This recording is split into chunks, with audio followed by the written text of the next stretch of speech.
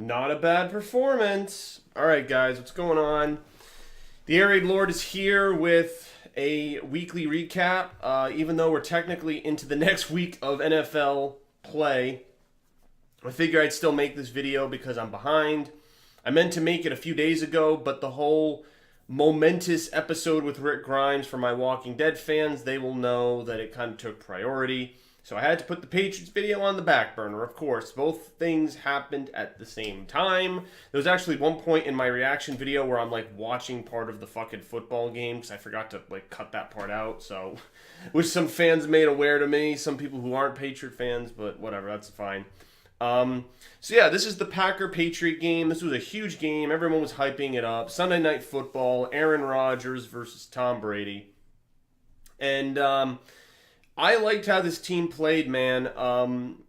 It showed a lot of focus in all phases of the game. Now, I just want to say that first drive of the game, all right, where they're going down there, they're doing, option corner routes. James White is, breaking through tackles. And they were doing a no-huddle situation. They were just hurry-up mode. Like, there was 1 minute left in the fourth quarter of this game. In the first drive of the game, all right? Patriots got the ball because the Packers deferred. So the Patriots literally drove up the field, put a touchdown in the end zone. And let me remind everybody that this was without Gronkowski, and this was also without Sonny Michel.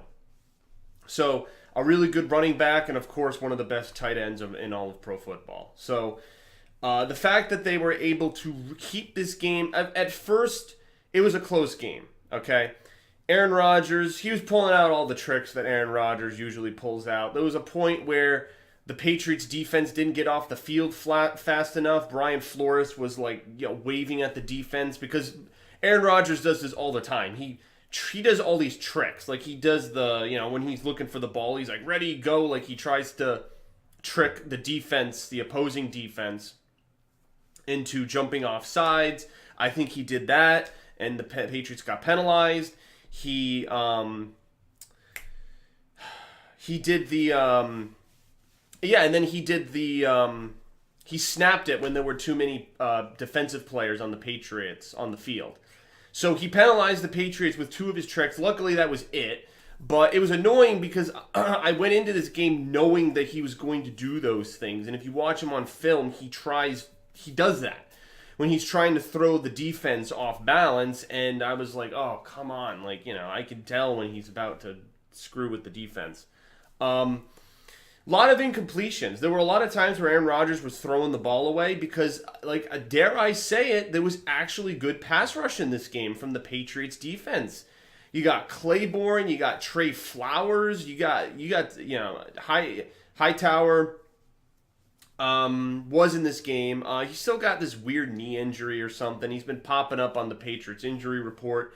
He didn't play in the game against the Bills. Hopefully, going into this week against the Titans, hopefully he heals up, and then they have a bye week, so the extra time will give players like Gronk and Hightower time to heal, although Gronk seems to have been suffering an injury all season.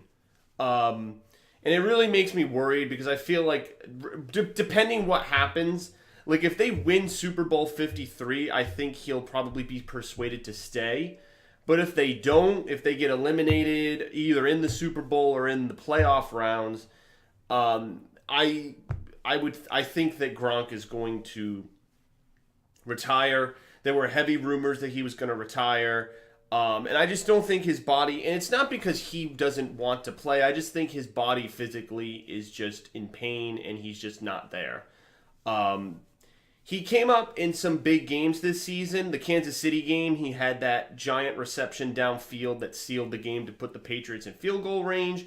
There was the play where he did the stiff arm to the defense. And then the first game of the season against the Texans, he had that really lofty touchdown on one of the first drives of the game. So he's had some good plays in the games that he's played, but he didn't play against the Bears.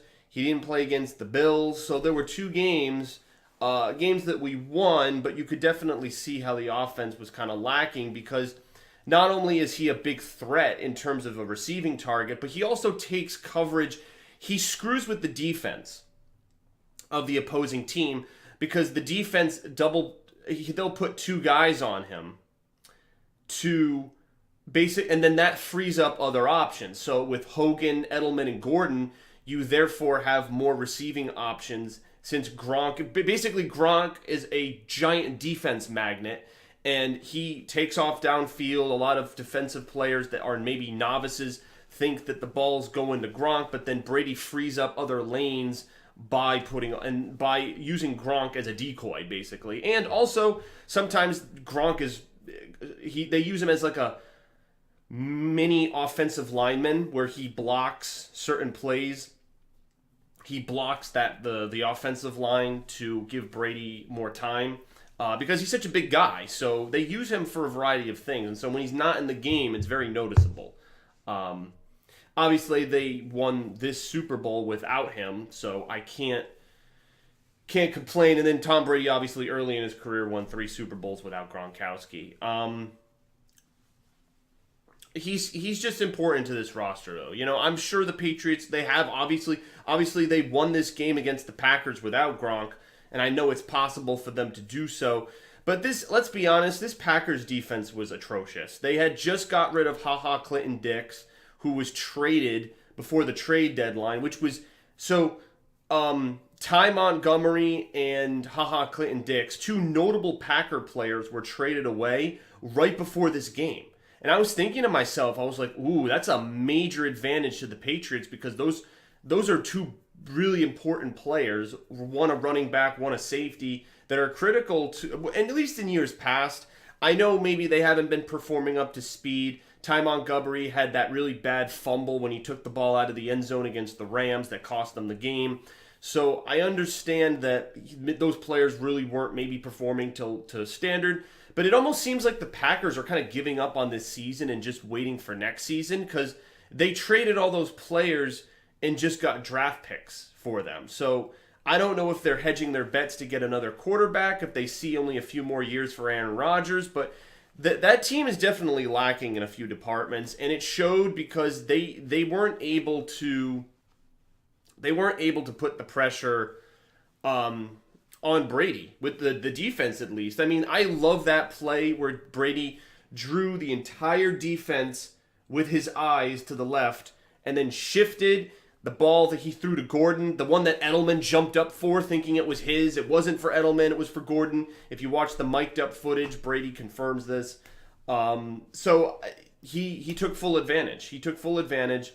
And really, the play that sealed the game was when, I forget which running back it is on the Packers, but he fumbled the ball. Almost like a Ty Montgomery situation.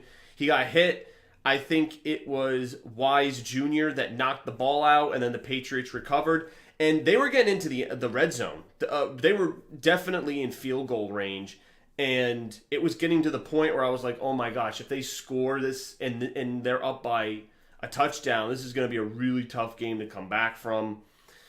And it didn't happen. Once basically the Packers did not score after that play. And again, you got to give credit to the defense. I mean, Aaron Rodgers was trying to move the ball downfield.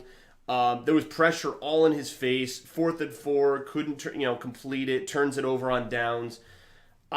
Team just played really well, man. Like it's good to feel good about the defense because were a lot of games this year. Obviously, the 2 games they lost, the Jaguars and the Lions, 2 games that they probably should have won. I understand that at that point, their team wasn't even really complete. They didn't have Josh Gordon. Edelman was still suspended. So a lot of pieces of their offense weren't together. It almost felt like it was half the team. Now they have some new players being added to the roster. This Ofonfu guy from the Raiders, a safety who's potentially going to play other defensive positions, as Belichick has insinuated. I guess he's had some injuries. The Raiders released him, but he's got huge athletic ability. During the Patriots training routes today, they showed him practicing in uniform, number 22. So I think that's another huge boost to our defense. If Dante Hightower continues being, with his health, Hightower, Claiborne, and Flowers. If those three guys stay healthy, and we keep, obviously Stephon Gilmore, really, really good at cornerback. This Ofonfu at safety. I think we can have a really strong defensive core. That basically, because this is the problem that the defense, especially last year in the Super Bowl, one of the reasons we lost Super Bowl 52 was because the defense was garbage. The defense, even getting James Harrison, he was an older player that retired after that season, and the defense, there was no pass rush. The defense just was getting torched by freaking Nick Foles. Also, they had a really good running game. They had Jay Ajayi and LeGarrette Blount. You could see the holes in the Eagles' offense now that they don't have either of those players. Blount went to the Lions, and Ajayi got injured. So you could see that, as soon as you take away, because the Eagles aren't usually a team with a running game, but give them a running game and it makes them a threat. Not only that, they had some, receivers, Corey Clement, Aguilar, and so it created a problem, and the defense just was never able to solve it. And Tom Brady had to bail them out, almost bailed them out. Fumble causes the whole game to go up in smoke. Obviously, I don't want to play revisionist history with that Super Bowl because, again, it's just one of those Super Bowls where they should have won it, all right? At least you can say those two Super Bowls against the Giants. The second one, I thought that the team was... The offense didn't play well. The offense didn't play well in that AFC Championship game against the Ravens, so you could already see the problems. Gronk wasn't healthy that game. There were a lot of problems. First Super Bowl, should have won it. A no holding call from O'Hare on Seymour on the Tyree catch wasn't called, obviously cost the game. But you got to give credit. The Giants' defense in that game was unbelievable and upset a Patriots offense that was scoring a bazillion points in the regular season. They just didn't adapt. And the problem was they played the Giants that year, so the Giants got a read on the type of team the Patriots were. So they basically schematically figured out their offense and just kind of picked them apart. And even so, it was really a defensive game, that Super Bowl 42. Both the Patriots and the Giants' defenses were absolutely incredible. But it was whoever scored first. And, of course, that stupid Tyree catch, luck, the holding call that was never called on it, a lot of things that could have been changed, one or two things, and, if they had been. The Patriots would be 6-time Super Bowl champions and would be the recipients of an undefeated season, which would probably go down. The team that would really solidify it because the team would not only be tied with the Steelers for the most Super Bowls of any team, but they would also have the 19-0, only team to have an undefeated season, and that would be an untouchable accomplishment. So... whatever, I didn't mean for this video to go into the what-if game because, that's the NFL. There are every single game you could do the what-if. What if this, what if that, and, I could say what-ifs for every Super Bowl Tom Brady's played in, and if that were the case, if Tom Brady had won every Super Bowl he played in, he would be 8-0 in Super Bowls. He would have 8 Super Bowl champions, more Super Bowls than any team has ever sniffed. So, he's been to 8, only won 5. I'm really hoping that... The hope for me is that Tom Brady retires with another Super Bowl ring. He says he wants to play till he's 45. I really hope that he can win at least one more Super Bowl before he retires. I want him to win... Basically what Peyton Manning did. Peyton Manning won Super Bowl 50, and then he retired. I want Tom Brady to win at least one more Super Bowl and then retire. That is my hope. Because for the GOAT, the greatest quarterback of all time, I believe he deserves that. He deserves to end the season that he ends and retires on. He deserves for that season to be a Super Bowl championship season. It would just be the perfect send off. All right, Super Bowl 51 was also a good send off because it was vengeance against the bullshit Deflategate saga. Suspended 4 games. Comes back, wins the Super Bowl, and the greatest comeback of all time. That had a fairy tale ending, but I'm just asking for one more, guys. I'm asking for one more fairy tale to cap off this incredible quarterback that I've been following. So yeah, a solid game against the Packers. The Packers again, like they were a weaker team coming into this. This isn't the same Packers team that sniffed the playoffs in 2016, 2014. Those seasons, they got to the NFC Championship both times and lost. Um, so it's a team that's lacking, and uh, McCarthy is nowhere near the coach that Belichick is. So you could see, I mean, and everyone's always said this, like, oh, if Aaron Rodgers had Belichick as a coach, he would have 700 Super Bowls. It's like, yeah, okay. I mean, we could do this with anything. We can take pieces and say, oh, if this coach, this guy had this coach and this team had this defensive play, like that. Again, the same thing with the revisionist what if history. You could do the same thing for switching players and schematically, blah, blah, blah, blah, blah. So I ain't going to go there. I'm not going to go there because you could do that until the cows come home. So the Patriots played the Titans. I always get concerned when the Patriots play ex-players of theirs because Dion Lewis, Malcolm Butler, there's a few veteran Patriot players that are now on the Titans in addition to their coach. After I'm done yawning, Mike Vrabel was a defensive player that was also used on offense. He has a couple of Super Bowl rings with the Patriots that were stolen, I guess, which sucks. But, so, hey, he was on Tom Brady. I mean, think about this. This guy was on Tom Brady's team at one point. Now he's a coach, and Tom Brady is still playing as quarterback. So, you see, that was the thing I was concerned with the Lions game because Matt Patricia was the coach of that game, and the Patriots lost it. But I think the team was weaker back then. I think this is a more complete football team. If Gronkowski and Sonny Michel play, I think you add a lot of options to your team, and it'll give you a way better chance of winning this ball game. So, I don't know. What's the score going to be? How about we go with the divisional round score? The game that they played against them in the divisional round last year. I'll say 35-14. How about that? The Titans will get a score or two. The thing is, the Titans have a really good defense. Malcolm Butler not playing so well. It's the offense that is garbage for the Titans. And the only thing that concerns me is Dion Lewis. Dion Lewis was really good with us, and now we have to stop him. He's a very sneaky guy, and he exhibits some of the qualities. Well, Sonny Michel exhibits some of his qualities. And so it's a running back that's going to be difficult to stop. The same thing with LeGarrette Blount. How he was one of our ex-running backs, and for some reason he just runs well against the Patriots defense. So,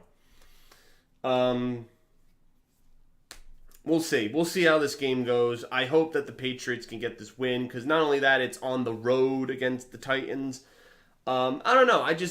There's something in the back of my head that's saying that this game is going to frustrate me, but the Patriots are going to pull it out. So hopefully that's the case.